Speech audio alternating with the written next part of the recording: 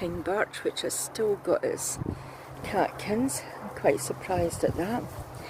And I'm looking at the ground. Somebody's just given me the name for this weed that I'm holding here.